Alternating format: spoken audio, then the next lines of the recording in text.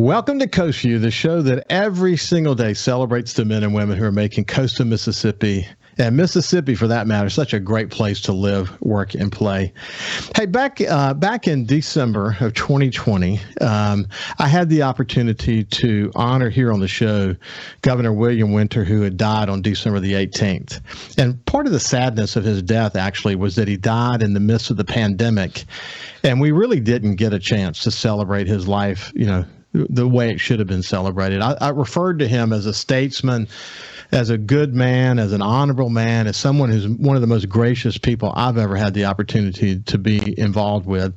He championed education and racial reconciliation in this state and made so many other impacts. What he did for the Mississippi Department of Archives and History is incredible, really, if you think about it. 50 years of Board of Trustee involvement and a huge inspiration. But again, we didn't get a chance to really honor him. As a publisher of the Sun-Herald, I had many opportunities through various public events to come in contact with William Winter. Probably the most significant opportunity was when Governor Barbour put the Governor's Commission on Recovery, Rebuilding, and Renewal together. He was an advisor, attended our meetings, and just, again, such an incredible leader. With all that said, there's actually going to be a celebration of his life on Tuesday, May the 3rd of this year. The Mississippi Department of Archives and History are going to do it. Former President Bill Clinton and former Governor Haley Barbour are going to be there to celebrate not only Governor Winter, but his wife, the First Lady, Elise Winter.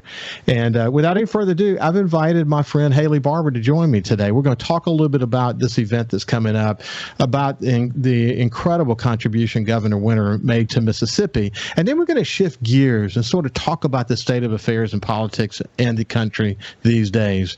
Without any further ado, my friend Haley Barbour. How you doing, buddy? Hey, Ricky, I'm doing great. You're very nice to have me on the show, but particularly about William Winter. My politics and his weren't the same. I was very much Republican. He's very much Democrat.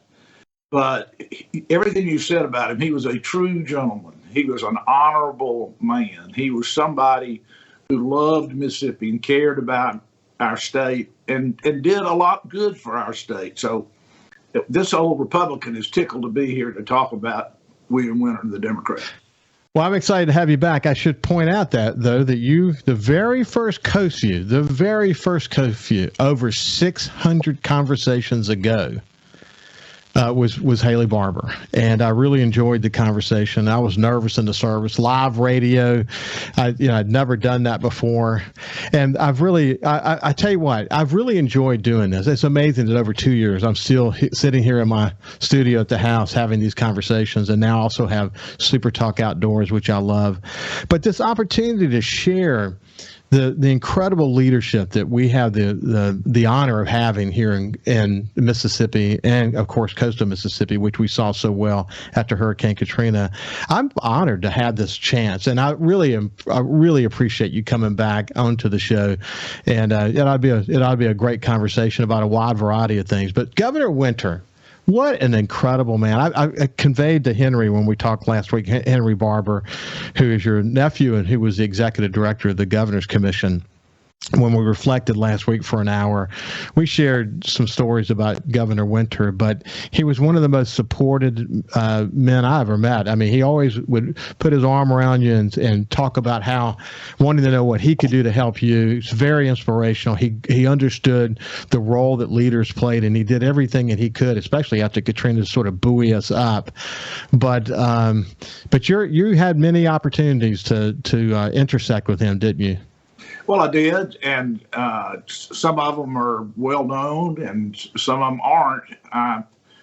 As you were talking about him, I think of just a crazy circumstance that happened. That back not so long ago in the 70s, you could fly from Jackson to Memphis, and so I was on an airplane to go from Jackson to Memphis, and then I was going on to Washington.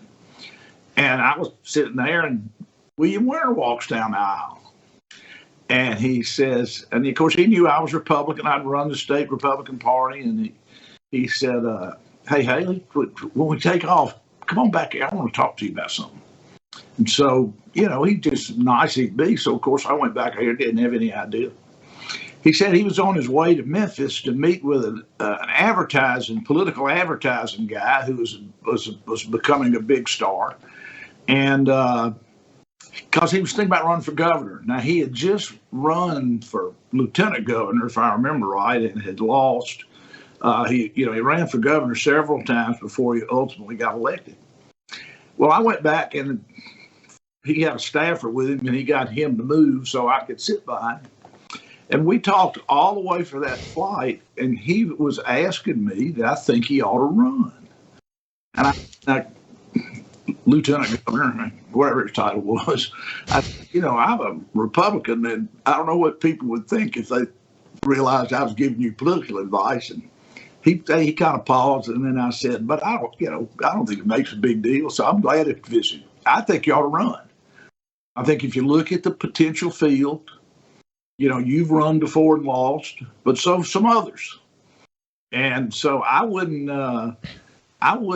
give it a second thought if you really want it, if you really got your heart in it. And of course, here's a guy that has been in and out of the legislature since just after World War II. He'd been in state government for I don't know how long, how often, but he told me one time later that really made a difference in his making a decision to run for governor. That he might have done it if he hadn't seen me, but it was kind of reassuring to him that here's this kid Republican operative who thinks he's got a good enough chance he ought to run. And we laughed about that many a times. I don't know if he ever told anybody publicly, and I never told very many people. But he came back time and time again and redid the favor for me, as we're going to talk about when we talk about the two museums. And so, look, even back in those days, did he have, when you're sitting there talking to him, did you sense that, okay, our policies couldn't be any more different, but he's a statesman. He's a good man. Did you sense that when you were having a conversation with him? You couldn't be around him without realizing that he's a good man, that he's an honorable guy, that he cares about Mississippi. I mean, he loves Mississippi. He may disagree on this or that with me, but we both agreed we're going to try to do what we can do in our own hearts and minds that'll help Mississippi. We may disagree with what to do or how to do it, but both of us know that's what the other cares about just as much as I do. And he really did. And you were talking about the dedication for Governor Winter and Elise in next month, and it all goes back to me, to my decision to build the Civil Rights Museum. And I got the legislature my first term to appropriate money for it and to agree to do it. And then before the next term started, there got to be a dust up about where to put it. The people in Jackson wanted it in Jackson. I wanted it at Tougaloo, because, Tougaloo College had been one of the real centers of the civil rights movement. It just seemed like that would be better than putting it in the middle of downtown Jackson. Well, the thing got hung up over that. We raised some money and it kind of set. And then one day Winter brought Reuben Anderson, the first black justice on the Mississippi Supreme Court, who, when I was a young trial lawyer, he was my judge. He practiced in Yazoo County. He was the judge for Yazoo County, and I knew him very, very well. And they said, we got a solution for you. Don't build it in Tougaloo, where Reuben went to school. We have got a plan to build a Mississippi History Museum that's already all planned out. Put it right by it. Put the two museums together, the Museum of Mississippi History and the Mississippi Civil Rights Museum. What an idea. I did it. I proposed it. The legislature passed it. I worried that after I went out of office that the rest of the money wouldn't get appropriated. It did. The legislature never slowed down. And it's the only civil rights museum in the United States that is primarily paid for by state taxpayers' money. Most of them are paid for by the Rockefeller Foundation or the whatever. I can't remember the numbers right now, Ricky, but $80+ million of taxpayers' money and about $20 million of contributions. And most of those contributions from Mississippians. It's not like the Rockefeller Foundation put up $100 million to build the Martin Luther King Museum in Georgia. This is mostly built with not only state taxpayers' money, but voluntary contributions to states. And William and Reuben brought that idea to me. Well, it's fascinating. We're going to continue this part of the conversation and about William Winter's long commitment to history and archives here in this state. It's a truly remarkable contribution. He was a very significant leader. And we're with Haley Barbour, and when we come back, we'll continue the conversation. We're having a wonderful conversation with my friend, the former governor of Mississippi, Haley Barbour. We're recollecting a bit on Governor William Winter, who will be celebrated here soon on May the 3rd as a result of some efforts by the Mississippi Department of Archives and History. He and the former president, Bill Clinton, will be involved. And I think Judge Reuben Anderson will be as well, actually. That's yes. Right. That's right. Rick. So, isn't it, we'll come back to the story on the museum here in just a second, but isn't it sad that during the pandemic, when someone like William Winter dies, that we can't all come together around him in the way you would normally be able to do that it just kind of, a nice, write up in the paper is about it, and life moves on. That's kind of sad part of the pandemic, isn't it? It really is. And it's for families that have to go through that, sometimes waiting for months before somebody's actually buried.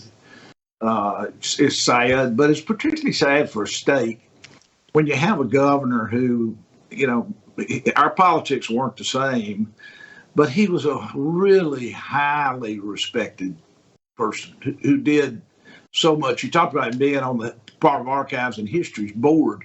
He was on that board for almost 50 years. He went on, I think, in 1957. He was a veteran. He was everything you could want about somebody. And so, yeah, those are particularly the kind of people when you miss the opportunity to bid you goodbye. So you were mentioning that you came to grips with the location for the Civil Rights Museum, that Reuben Anderson and Governor Winter came to you and said, why don't we do two museums in Jackson side by side? And then, again, you pointed out that you were worried about the legislature being able to continue the commitment to funding and whatever, and they continued to do that. But I should point out, and you can talk more about this, we're talking about Republican legislature. You're busting the perception of Mississippi when you say that and you talk about funding of a Civil Rights Museum. But they got it, didn't they? Well, they really did. And you remember, Ricky, that in my 8 years as governor, I never had a Republican majority in the House for one day. And I only had a Republican majority in the Senate for 1 year. But when this came up and we passed it, my second 4-year term, we passed it, and we still had about $30 million to go because we weren't passing all the money at one time. And it was some people worried that the Republican majority, because by then we did have a Republican majority, and the Republican majority wouldn't keep going. Well, I was so pleased. They never slowed down. And as I said earlier, it is primarily funded by taxpayers' money appropriated by the legislators, Democrats and Republicans, but the Republican majority at the end, which a lot of people in other parts of the country wouldn't expect. And I think it's the respect for William Winter and the knowledge that the Civil Rights Museum is very, very important, just like the Historical Museum. Santa Anna said, a great philosopher, that if you refuse to learn history, you're doomed to repeat it.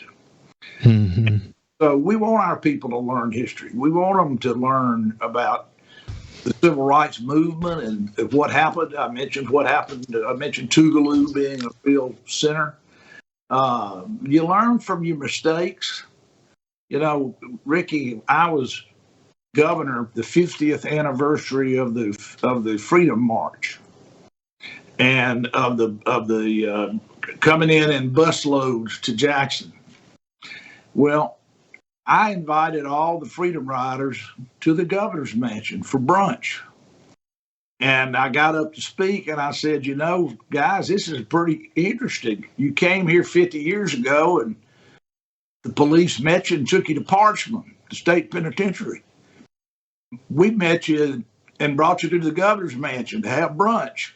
And they all laughed. And then I said, and I want to apologize to you.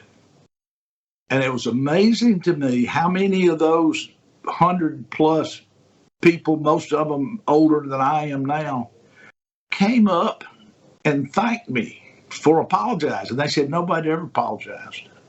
I don't know whether nobody ever apologized or not, but certainly they were owed an apology.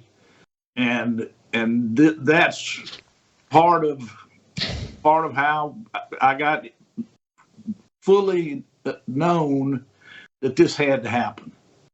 William and Reuben were good partners you'd get. Well, you go back and read, and we won't recollect all of this, but William Winter grew up in politics and in an age where segregation was sort of the name of the game. And as he continued to mature and advance in the years past, it was really important to him to be part of what obviously he ultimately was known for, this whole notion of racial reconciliation. But he also knew that historic preservation was going to be part of the key to that. And he knew that to his core, didn't he, Haley? Well, he did. And he worked for it all the time. Like I say, he was on the board of the Archives and History from 1957 until he died. He was on there constantly. He was he believed you need to know the history to learn the mistakes as well as to learn the great things. And in Mississippi, we've had both. My mother's family were Choctaws, and so when the English and the French came here, my family met the boat, and we were still, my mother's generation was still active in going over to the reservation. And she had a cousin that taught at the Indian school. And we learned from the mistakes we made just as much as we learned from the home runs we hit. And then particularly in the civil rights movement, obviously. And for coastal Mississippians, I want to make sure we don't leave this point. When you formed the Governor's Commission on Recovery, Rebuilding, and Renewal, you asked Governor Winter to be a part of that. And when we came up to Jackson to meet for executive session, he was always there, him and Ambassador Palmer. And I can almost picture the room. And that was really important to you, wasn't it? Well, it was very important. I appointed the president of state NAACP. Right. Derek Johnson. Yeah. And as you know, today he is the national president of the NAACP. But it is important that you try to represent every viewpoint you can. That's one of the problems with politics today that you were talking about. You want to be sure you're covering the farmers and the people that work offshore or the people that work in the oil fields. And if you're governor and have been around politics a long time, like William Winter had, or like I have, you want to make sure everybody gets represented because you'll get the best result. If you got good leadership and every view is represented, that's when you'll get the best result. And it's going to happen every time. So having him was very important to the commission. Jim Barksdale was the largest donor to my opponent in the governorship. And I'll never forget when I asked Jim to do it because he's such a great businessman. he said, "Are you doing this to get even? Or do you really want me to be the chairman of the commission?" And I said, "Of course I want you to be the chairman of the commission." And he was a fabulous, fabulous chairman. He did a super job, and with the help of guys like William Winter, Eric Johnson, that's what you're supposed to get. Well, you remember when we met down here, one of the things that we urged you to do is not appoint any of us as the chairman, that someone from coastal Mississippi couldn't be the chairman because of the infighting and the favoritism that might be, at least that perception that could exist. And man, when you told us you were going to get Jim Barksdale from Federal Express and Netscape and God knows what else, one of the most successful CEOs in Mississippi's history, to be the chairman of this commission, just first of all, just his leadership swagger that he brings to the table, but the other is his passion and smartness.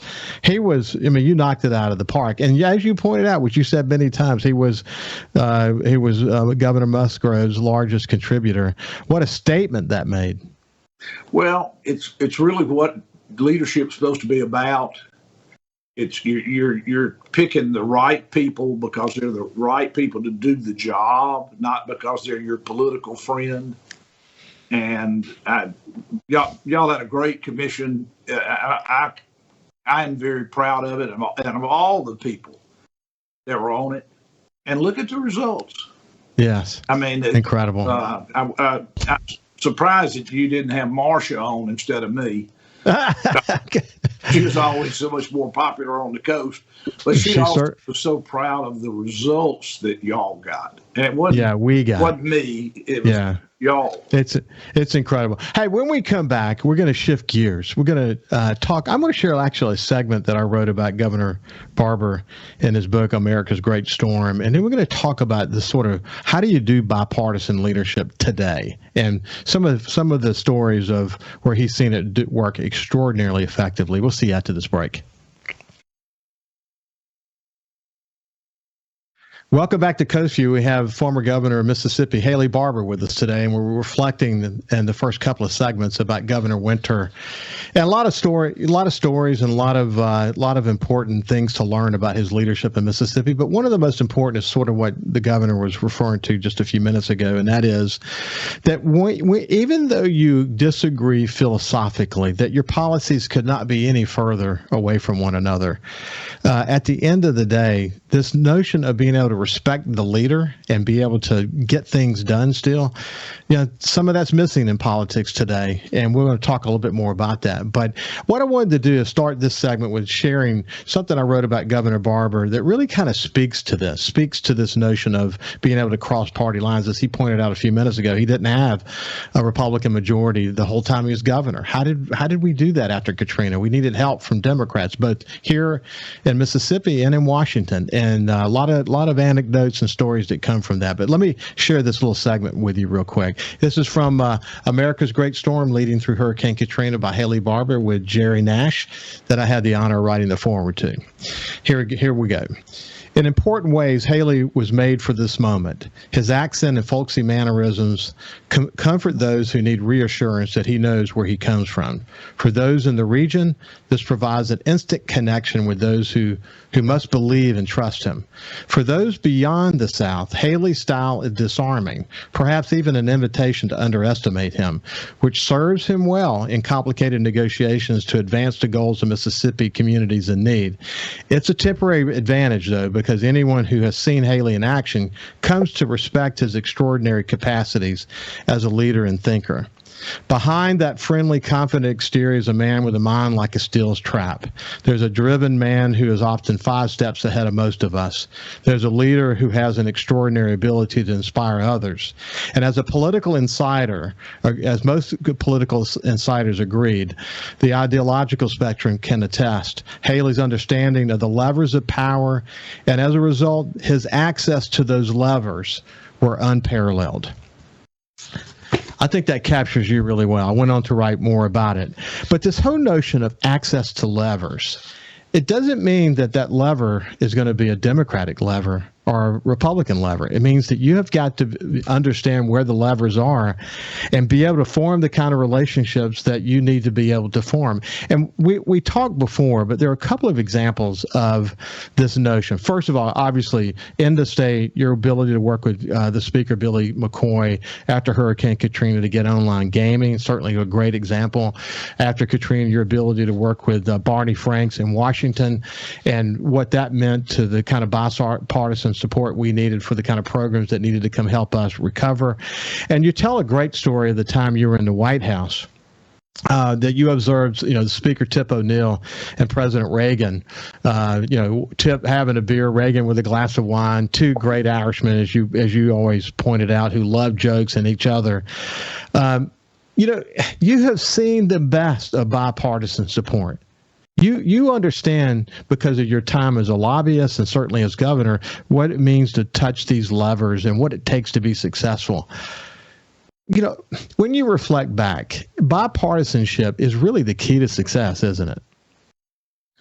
Well, politics is about addition and multiplication. It's not about division and subtraction. If you're gonna win, you got to put together the majority, more than half. And right now, one of the big problems that President Biden has is they're proposing as if they had this big majority. But in fact, they don't have really any majority at all. It's virtually a tie. Usually in American history, when we're bunched up, in the middle, we're not fully divided on the outside. Today, we're split so far apart you can't imagine, and we can't put people together in the middle like you're supposed to. Reagan could, and I'll tell you, somebody else could. Bill Clinton could. Bill Clinton was a guy who lost his majority, but he didn't lose his ability to govern. Welfare reform, just good government things Clinton did. I want to just kind of tell you a story that ago you alluded to it, but I don't think many people have heard it. I go into the Capitol to see the Speaker of the House. I've just been over to the White House to meet with the President, and I have presented the President our plan for what we say Mississippi needs. So he sent me over to see the Speaker, and I go in downstairs, and I'm going to the elevator, and I hear this voice say, Haley. And I look over, and there's Barney Frank, who I've only met one time. I was on a TV show with him one time, and we were taking the opposite sides. And he said, Haley, I hear you got a plan. I said, yes, sir. I've just come from taking it to the President. He said, I want to support it. He hadn't seen it. He said, I want to support it. And I said, well, I'll be glad to share it with you. He said, yeah, but here's what you need to do. Send me a letter telling me what's all in it. And I'm going to take that letter and I'm going to send it to every Democrat in the House. And I'm going to say, here's a letter Governor Barbour sent me asking me to support his plan. I'm going to support his plan, and I hope you will too. We didn't lose any Democratic House votes. None. And because Barney Frank, who, golly, I don't know what I agreed with him on, Barney Frank understood the people of his district in Massachusetts wanted the government to help these people that had been through the worst natural disaster in American history. He knew I knew more about it and knew better what we needed than he'd ever know. So he wasn't going to sweat that. He just said, give me your plans so I can ask my colleagues and my constituents to vote for it. That's the kind of attitude people in Congress used to have. And like I say, Barney Frank wasn't some, softy, moderate Democrat. I mean, he was about as far left as you get. But he understood what his people wanted, and he understood what was the right thing to do. And well, we talked about this before, but the aligning of the stars with Trent Lott and Thad Cochran, and I remember the story you told me about Thad Cochran. He didn't want this plan to be just about Mississippi. He wanted to also help Louisiana. And I think about all these players and the roles that they played and how we were hitting on every cylinder. I said to you as well that I knew a lot about what was happening on the ground in coastal Mississippi in the days and weeks and months after Katrina, because we were involved in it, we were covering it, et cetera. I didn't have any idea that you had been to Washington 19 times in 3 months. And this other life you had as you were aligning Washington and having to overcome what from Louisiana was this initial ask of $250 billion that created this chilling effect in D.C. and the work that you were having to do to sort of recalibrate all that. It's amazing, though, that all these bits and pieces, political bits and pieces, some agreeing, some not, but all these personalities coming together to help us recover. I wonder if that would happen today.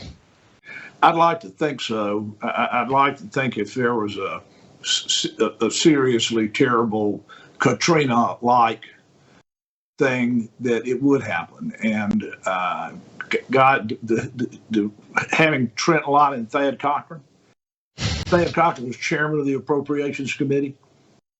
And I'll never forget, I had a plan for him. He would not put it in front of the committee because he didn't say what we're going to do for Louisiana. He said, it's not going to look right if we don't take care of Louisiana. Finally, it was very hard to do. But he sat down with the committee, and they were in the final passage. And somebody said they wanted to bring up something, and Thad said, okay, I'll be fine. We'll do it right after we take up the Mississippi emergency bill for Katrina, which, of course, they took up. It passed unanimously, and it was a great bill.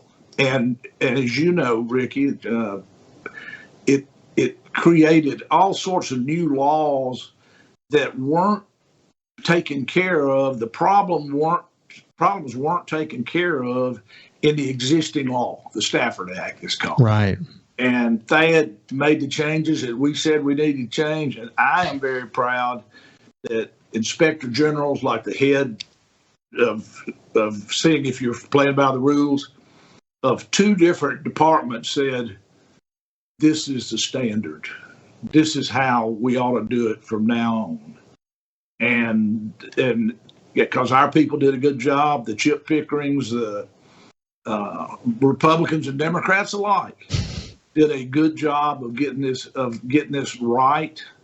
And it is now the law of the day is the law that was written for Katrina.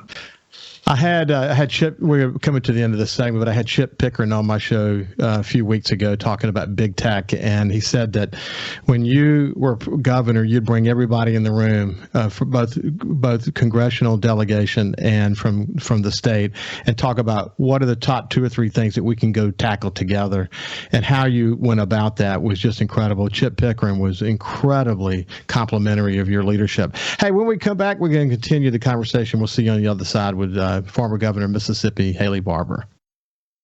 Welcome back to Coast Vue. Have my friend, former Governor of Mississippi, Haley Barbour, and we're just reflecting a little bit in that last session about, could we actually pull it off again? The kind of work that happened after Hurricane Katrina. One other comment about Katrina, I'll never forget it, Governor. What was so amazing about what you accomplished is one of the first things you did is you took your staff. You had Charlie Williams, and you said to Charlie, let's make sure that we continue to run this government just like no Katrina had ever happened before. And then you had Jim Perry, who we worked pretty closely with because Jim was focused on planning. Let's figure out what our needs are going to be. And then, of course, you had Paul Hurst, your general counsel, who we saw often at these meetings that we went to. He was all things Katrina, but really about recovery. What are our needs today and where we're going? The willingness to, the fact that you understood that you needed to subdivide your responsibilities within your office in that way with these bright, incredible stars that few people really even heard their names before. Their roles were incredibly important, weren't they? Oh, they were unbelievably important. Some of the people over at the Development Authority were just knock your socks off. And But one thing that you learn in management is how do you solve a big problem? Well, you divide it up into little problems. And that's what I called myself doing. That I could see from the first day flying over there, the coast in a helicopter, essentially three things are going to have to happen. And it's asking too much to take one person and ask him to be over all of that. And so I divided it up into three areas, and then we divided those up, and we went through the whole thing. But it was critical that we get recovered. To get stood back up. You can't start rebuilding until you clean up. And then it was second that we had to get jobs. We had to get jobs on the coast for people so they could stay. I mean, I believe they'd come back if they thought their community would be good. And then the last thing is we had to get the schools back. You were talking about technology a while ago in Chip Pickering. You've really got to get the school situation in great hands to make this work. And we did. And I'll never forget, you've alluded to this. Right before the tornado, right before the hurricane, couple of 2 or 3 days, I had a big meeting of all the coast elected officials. And it looked like the storm was going to be worse than we thought and that sort of stuff. And so a man stood up who I didn't really know. He's the superintendent of Harrison County Schools, big Democrat. He said, Governor, it's clear that if this is as bad as y'all think, somebody's got to be in charge. Now, I'm here to speak for all the Democrats in the room. If you will tell us that you will give us our say, not do what we say do, but listen to us and let us have our voice, we will do what you say. We will make you in charge and we will follow your lead. And they did. Mm-hmm. Poor Kathleen Blanco over in Louisiana, she had the mayor wanted to run everything. She had put parish commissioners wanted to run everything. I was blessed that when I tried to do those first three things that I thought we had to do, those Democrat mayors and legislators were helping. They weren't whining.